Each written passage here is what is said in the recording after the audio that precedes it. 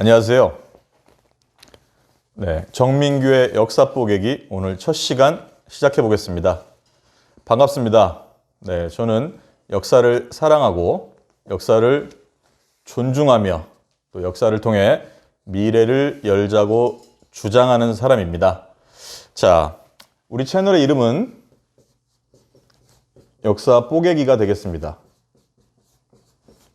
자, 이 의미는요, 현실에서 일어나고 있는 여러 이슈들을 우리 역사를 통해서 한번 되짚어 보자라는 것입니다. 우리가 역사를 공부하는 이유는요, 사실 과거의 단순 사실들을 암기하고 나열하기 위함이 아닙니다. E.H. 카라는 유명한 역사학자가 말했습니다. 유명한 책 있죠? 역사란 무엇인가에서 역사는 과거와 현재와의 끊임없는 대화이다. 이 대화라는 말의 의미는요, 현재를 살아가는 역사가가 현재의 시각에서 과거의 역사를 분석하며 미래를 열어보자라는 취지입니다. 즉, 그래서 역사학은 미래학이라고 규정할 수가 있습니다. 자, 오늘 첫 시간으로 제가 여러분들과 함께 뽀개고 싶은 테마는요, 최근에 대한민국의 가장 뜨거운 이슈입니다. 검찰개혁의 문제를 우리 역사를 통해서 한번 되짚어보고자 합니다. 자, 여러분들, 검찰개혁이다라고 할 때는요, 의미를 일단 알고 가야 됩니다. 검찰을 개혁하자라는 얘기죠. 그러면 개혁을 한다라는 말은요, 무언가 잘못된 부분이 있으니까, 내지는 무언가 바꿔야지만 미래에 좋으니까 개혁을 하자라는 얘기죠. 자, 많은 정부가, 특히 민주화 이후의 모든 정부들은 이 검찰 개혁을 화두로 노력을 해왔습니다. 하지만 그 성과는 미진했습니다. 그렇다면 우리는 여기서 검찰 개혁이 왜 필요한지에 대해서 한번 짚어보고, 과거의 역사에서 현재 검찰은 어떤 조직이 역할을 수행했으며 그 조직에서 근무했던 사람들은 어떠한 철학과 어떠한 가치를 가지고 어떻게 근무했고 어떻게 국가 발전에 기여했는지 한번 살펴봐야겠죠. 그래서 여러분들과 만난 첫 시간에 검찰 개혁과 관련된 이야기를 펼쳐보고자 합니다. 자, 여러분들, 전 세계에서요, 이 검찰이 모든 뉴스의 탑에 올라와 있는 나라는요, 아마 대한민국이 유일하지 않을까 생각해 봅니다. 사실 자기 일상에 바쁜 국민들께서 대통령도 아니고 검찰총장, 서울중앙지검장, 과거에 있었던 조직으로 얘기하면 대검 중수부장, 이런 검찰 고위 관계자들의 이름을 다 알고 검찰에 대해서 술자리에서 한두 마디씩 다 해야 되고, 모든 언론의 헤드라인으로 검찰이라는 이 두 글자가 지면을 장식하고, 과연 이런 모습이 정상적일까요? 자, 여러분들, 검찰은요, 정치 집단이 아닙니다. 검찰은요, 문화예술 집단도 아닙니다. 검찰은 말 그대로 범죄를 수사해서 정의를 세우고 국민의 인권을 지켜주는 사법기관입니다. 그렇다면 이러한 조직은 그 조직의 특성 자체가 겉으로 화려하게 드러낸다라든가 언론의 스포트라이트를 받는다든가 이런 성격이 아니죠. 그런데 대한민국은 언제부터인가 검찰이 정치 뉴스의 중심이 되었고, 검찰이 모든 권력을 가진 것처럼 우리에게 알려져 왔고, 제가 어린 시절부터 지금까지 공부 좀 한다 그러면 검사대라 검사대라, 이런 말 정말 많이 들어왔죠. 이거 뭔가 문제가 있는 거 아닐까요? 제 친구가, 검사 생활하는 제 친구가 이런 얘기를 한 적이 있습니다. 형법과 형사소송법 체계에서 특정 역할을 수행하는 별정직 국가 공무원일 뿐이다. 제 친구는 아주 담백한 검사죠. 착한 검사죠. 이 말의 의미를 우리는 곰곰이 되씹을 필요가 있습니다. 그러나 대한민국의 많은 검사들은 사실 스폰서를 끼고 무소불위의 권력을 휘두르며 마치 국민위에 군림하고 있고 심지어는 정당이나 청와대를 능가할 정도 막강한 파워를 갖고 있다는 인상을 끊임없이 의도적으로 과시하는 모습까지 나오고 있습니다. 이러한 부분 자체가 이미 비정상인 게 아닐까, 저는 그렇게 생각을 합니다. 자, 여러분들, 검찰이 이렇게 막강한 권력을 갖게 된 이유가 그럼 어디에 있는지 생각해 볼 필요가 있습니다. 검찰은요, 여러분들, 기소권을 독점하고 있고요. 그에 더해 수사권 역시 독점하고 있고요. 이에 더해 정보 수집권까지 갖고 있습니다. 여러분들, 민주화 이후에 기존의 국가 권력 기관들은 다이어트에 많이 성공했습니다. 문재인 정부 들어서고 나서는 과거에 기무사령부, 민간인 사찰, 정치인 사찰로 악명을 떨쳤던 기무사령부도 군사안보지원사령부로 이름을 바꾸며 황골탈퇴하고 있고요. 박정희 정부 시절의 중앙정보부, 전두환 노태우 시절의 국가안전기획부도 김대중 정부 탄생과 함께 국가정보원으로 이름을 바꾸면서 원래의 위치로 돌아가고자 하는 노력을 했고 어느 정도 성과를 보이고 있습니다.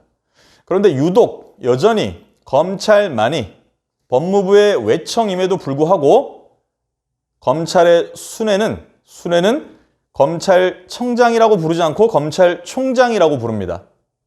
이 말의 의미에서도 검찰이 갖고 있는 무소불위의 권력, 검찰이 갖고 있는 우리 사회에서의 다소 어긋난 위상을 느낄 수가 있습니다. 그 이유가 바로 기소권, 수사권, 정보 수집권을 바탕으로 자기들 마음대로 고무줄 늘렸다 줄이듯이 형량을 정하고 기소 여부를 정하고 심지어는 먼지털이식 수사로 평범한 사람을 죄인으로 만들어버릴 수도 있고 100년 가까이 이렇게 해왔다라는 것이죠.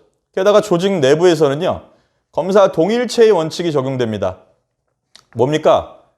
검찰은 평검사부터 총장까지 하나다라는 뜻인데요. 엄격한 기수 문화와 위계 질서, 그리고 남성 중심의 안 좋은 문화들, 성비위 관련, 성추행 관련 엄청난 일들이 쏟아졌습니다.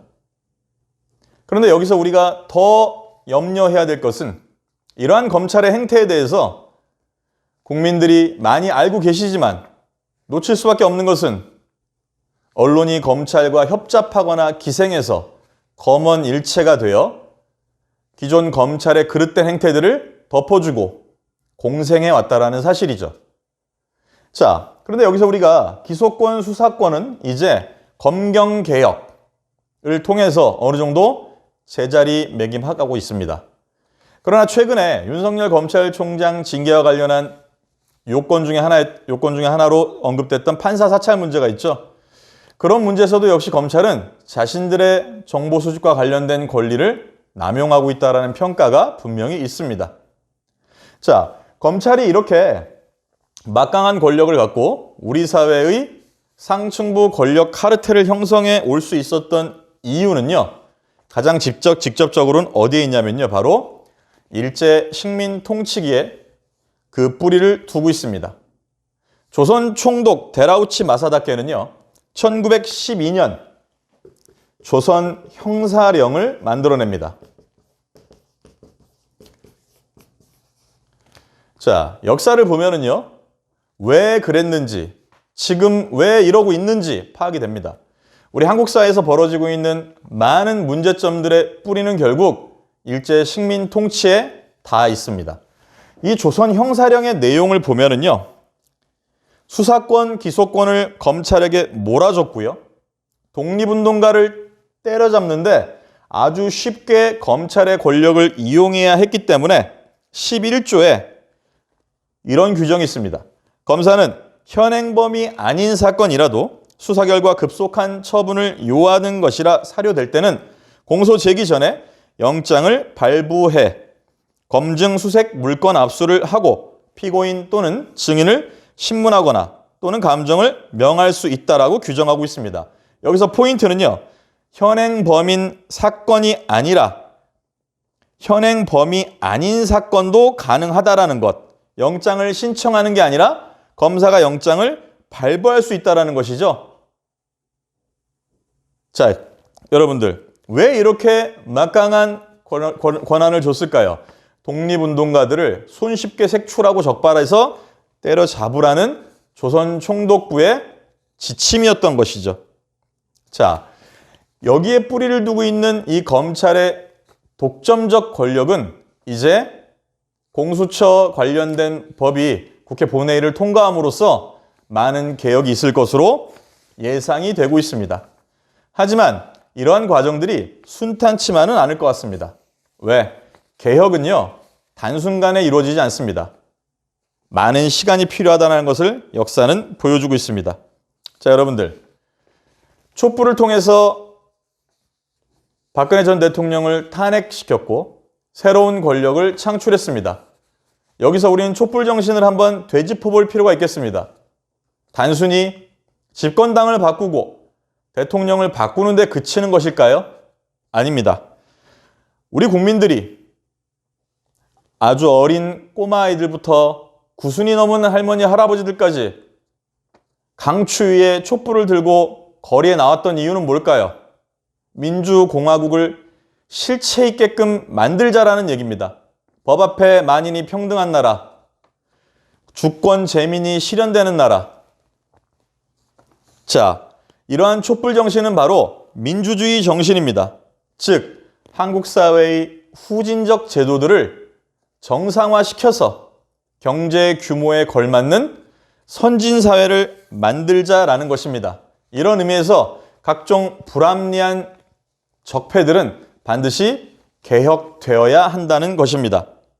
그렇다면 검찰의 기소권, 수사권 독점에 대해서 해결하는 과정에서 우리가 참고해야 될 부분이 견제와 독립입니다.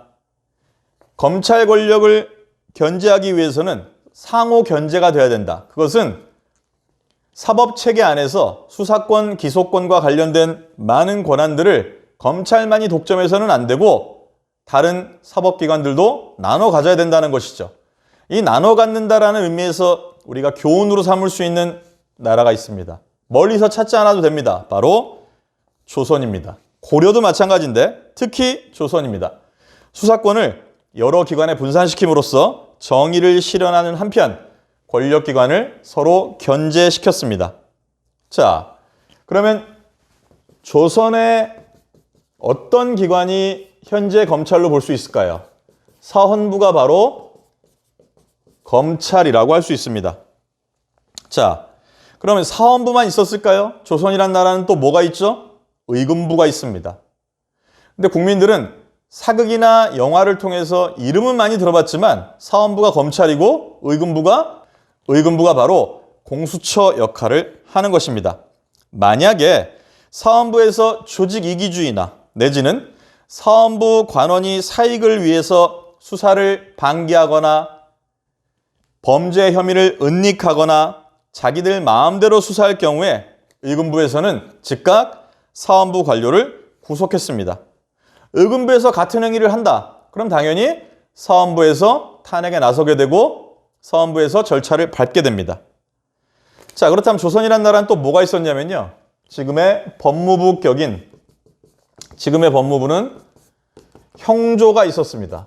그러니까 형조 판서는 지금의 법무부 장관이 되겠죠. 그 다음에 여러분들 경찰청은 포도청이었습니다. 그래서 경찰청장 그러면 포도대장이라고 할 수가 있습니다. 이렇게 여러분들 수사권을 나눠 가졌던 기관들이 사헌부, 형조, 포도청, 그리고 아까 얘기했던 의금부입니다. 이 의금부가 바로 뭐라고? 공수처라고 할 수 있습니다. 일단 외형적 틀만 봐도 이렇게 수사권을 네 기관에서 나눠 갖고 있습니다. 조선조 500여 년 동안 우리가 사료를 탐구해 보면요. 권력형 부정부패가 찾기 힘듭니다. 이거 상당히 놀라운 일입니다. 조선이란 나라는요, 물론 무능한 면이 있었습니다. 근대화에 뒤처졌다는 면에서는 비판을 많이 받지만 이러한 형사 체계에서 권력을 분담해서 상호 간의 견제를 구축했다는 것은 높이 평가할 만한 일입니다. 자, 이 원칙을 무너뜨린 게 바로 뭐다? 아까 제가 모두에 말씀드린 조선 총독부, 조선 형사령이라는 걸 만들어낸 데라우치 마사다케 초대 총독이었습니다. 검사에게 기소권과 수사권을 독점시킴으로써 독립운동가들을 색출하기 위함이었고, 이것이 바로 없는 죄도 만들어내고, 우리가 이미 많은 영화에서 봤죠. 사람 잡아다 놓고 야, 너 이걸로 들어갔다 와. 6개월이면 돼. 너 말 안 들으면 10년 썩어 임마. 이렇게 협박하죠. 자, 그게 과연 국민을 위한 검찰이라고 볼 수 있습니까? 편한 말로 조폭들의 행태죠. 이러한 괴물검찰이 탄생한 이유가 바로 조선 총독부의 조선 형사령에 근거한다라는 것을 다시 한번 말씀드리고 싶습니다. 자, 그래도 지금은 물론 그 정도는 아닙니다. 여기에도 역사가 있습니다. 민주화되면서 사실 혜택을 가장 많이 본 기관은 법원과 검찰입니다. 그 전에는요, 여러분들, 이른바 군사독재 정권 시절에는요, 중앙정보부나 안기부에서 파견 나간 조정관이라는 사람들이 있었어요. 이 사람들이 법에도 없는데 불구하고 검찰이나 법원의 상위에 있었습니다. 민주화되면서 이런 조정관이라는 사람들 다 철수했습니다. 따라서 이때부터 검찰과 법원이 정상적인 국가기관이 될 수 있습니다. 자, 여러분들, 그럼 제가 지금 말씀드린 민주화라는 것은 1987년 6월 항쟁을 얘기하고요. 6월 항쟁 이후 노태우 정부, 김영삼 정부 때, 구체적인 개혁이라고 할 때는 김영삼 정부 때를 보통 얘기합니다. 제가 말씀드리는 이유는 김영삼 정부가 탄생했던 시점 93년 2월입니다. 지금으로부터 몇 년 됐습니까?